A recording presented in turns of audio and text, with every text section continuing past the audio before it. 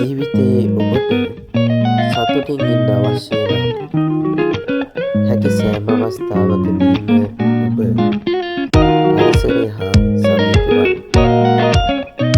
ගහකොළ සමග සම්බන්ධතාවයක් හදාගන්න.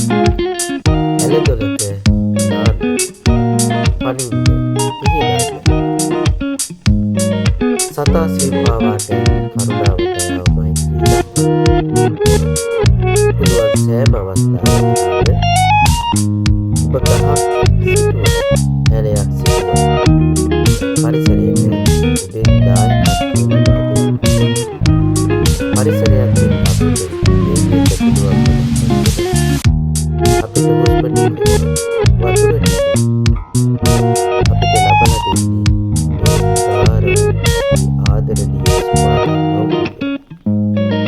මේ මෞතුමියට සිනහස දක්වන්න, ආදරය කරන්න, ලෙන්ගන්න, සමීප වන්න. මොනෑම ආකාරයකින් සබාදහමට හානියක් වෙන කිසිදු ක්‍රියාවක් සිද්ධ නොවන්නට හැම දිනම බලන්න. පරිසරය නැත්නම් අපිට හුස්ම ටිකක් නැහැ. මේ ගහකොළ නැත්නම් අපිට ජලය ටිකක් නැහැ. මේ කිසිදු දෙයක් අපිට කරන්න පුළුවන්කමක් නැහැ. ඒ නිසා ඔබ හැම දිනම